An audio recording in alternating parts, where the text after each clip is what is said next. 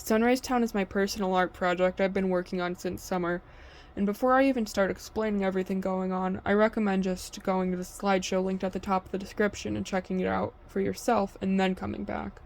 But if you'd rather just hear me talk about something, here we are. We'll be covering this in order of plot lines instead of chronologically to make it a bit easier to follow. I'll also be talking about myself on the third person, so I hope that doesn't break any of your immersion. So you're probably asking yourself, what even is Sunrise Town? Sunrise Town is a small public access show presumably made for children. It's mentioned straight from the start that there's 3 seasons, and season 1 is completely missing. And the show never reruns, but it's really popular in the area it airs in. There's 7 characters in the show. Rosemary Renette, the main character. She teaches ASL along with having the weird mystery of getting gradually taller as the show went on. Wendy Sky, the town meteorologist who seems to always be overly organized, teaching about the weather. Sarah Scavenger, the forest dweller who appears every now and then teaching about nature. Sabrina Sheepish, the anxious yet kind space lover who often teaches about understanding and acceptance. Jamie Jubilant, the hyperactive and reckless skater boy who teaches safety.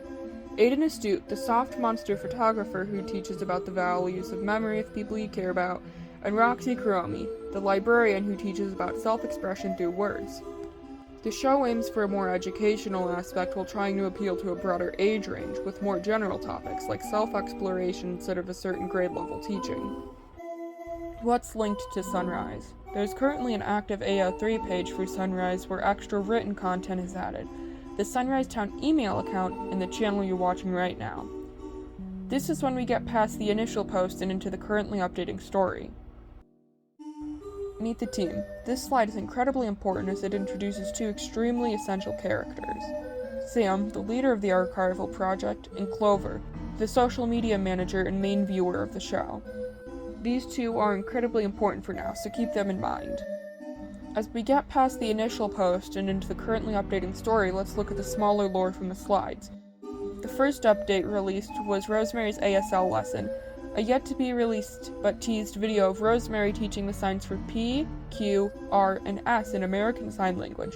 This video has been confirmed to be releasing soon. Early Roxy concept art shows Roxy in a very early design, noting that the source is suspiciously anonymous. Halloween episode leaks has a mention of Sam being the one gathering behind-the-scenes info, with this being a recurring theme.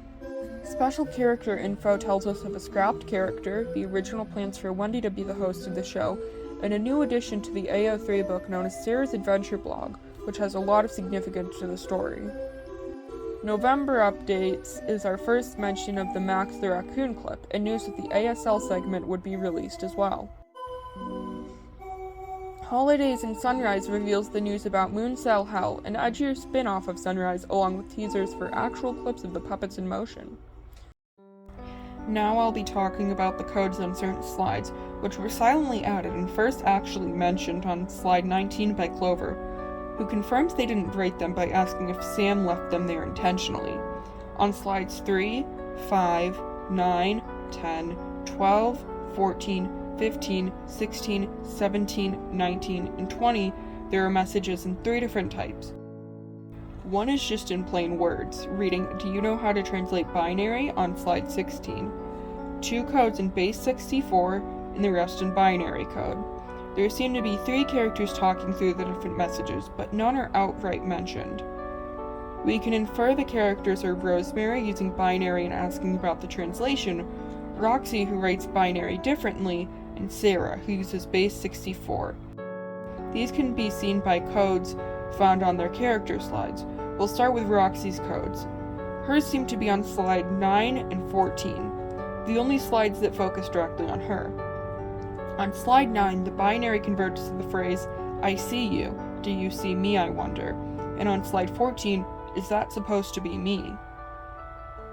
The slide refers to a found concept art of Roxy, meaning she was questioning the rough draft of herself. Also, on the image, if you zoom in, you can roughly make out the words "help me" written under the large smudge.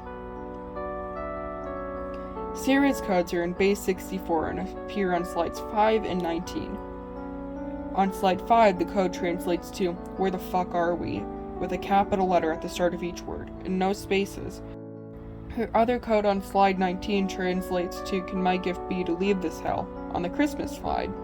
This also ties in with Sarah's adventure blog entry on AO3, where she seems to be aware of being trapped, but not know what's going on entirely. Now, Rosemary's codes seem to have a much clearer story going on that crosses with the videos. We'll break them down after the codes. The first code on slide 3 translates to "Am I real?"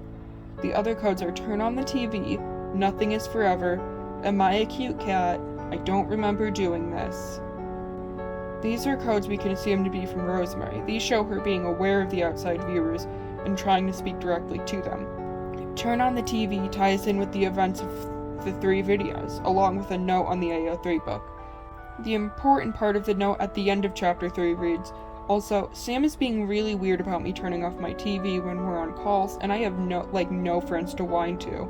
They literally won't talk to me unless it's on, and I'm just really tired of the static. But I can't stay mad at them when they actively engage in my interests when no one else will." Clover seems to have a difficult relationship with Sam, as they say they don't have any other friends to talk to, and as we go on, you'll see that Sam acts incredibly strange and almost manipulates Clover. There's another mention of turning on a TV, as it seems to be a running theme. Keep these 2 things in mind as we look at the videos. Sunrise Town Quiz is our first video, being linked on slide 3. The video has the least concrete information, but lots of smaller pieces of information. The video is just under a minute long and starts simple. Each question is worth 1 point, and it's a simple quiz of the show. The first question: what is Wendy's favorite type of weather? The video cuts briefly and the music stops, but the visuals continue as normal. The answer appears: hail. The music returns and a second question appears: who is the smartest neighbor? Sarah. Text quickly flashes on screen. Why is Roxy still here? Nobody actually likes her. The video quickly moves on to another question. Can you hear me? All of the options are different variations of no. When the answer appears, it trails off, and the video quickly fades in and back out, extremely briefly showing a sketched version of the background. The next question: how many stitches does it take to... The text continues typing slowly, spelling "help me." The video cuts quickly to the ending. What was your score out of 4? The video ends. This video sets up 2 things. 1, Rosemary is directly asking outside viewers for help of some sort, and 2, someone asks why Roxy is still here, saying nobody likes her. Max the Raccoon is the next video, being the first clip from the show to be posted. This is also the only video to be directly linked rather than being hidden. This slide mentions the audio cutting out at the end, along with the file getting slightly corrupted. The video opens with the titular raccoon, Max, playing in the forest with a narrator introducing the scene. Max finds a cluster of mushrooms, notes how they look tasty, and eats them without a second thought. He gets sick, promptly falling over and dying. The story closes with the narrator talking about the moral. The audio promptly cuts out, static overtakes the screen, and the video cuts to black.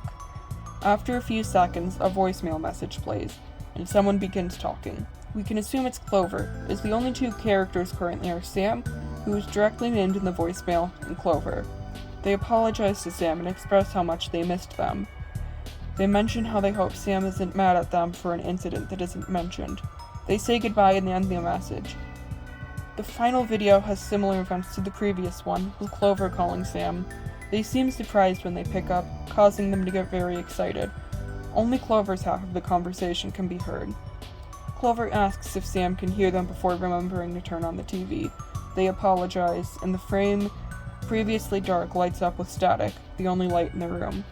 They start talking to Sam about another person they spoke to being interested in Sunrise, along with briefly discussing the newly announced moon sale. They change the subject and ask about how Sam manages to get all the inside information they have about the show.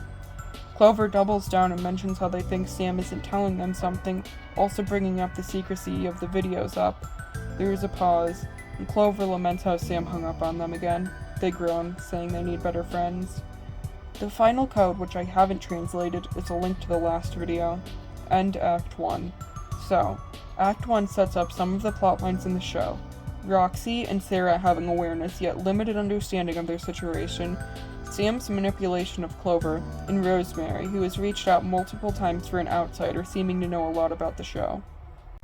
The story may just be starting, but until Act 2 is finished, ask yourself this. Who is Dakota? If you finished this whole video, thank you so much. This project has been a huge passion of mine, and I'm so excited to tell my story. And for now, this has been Clover. Sweet dreams.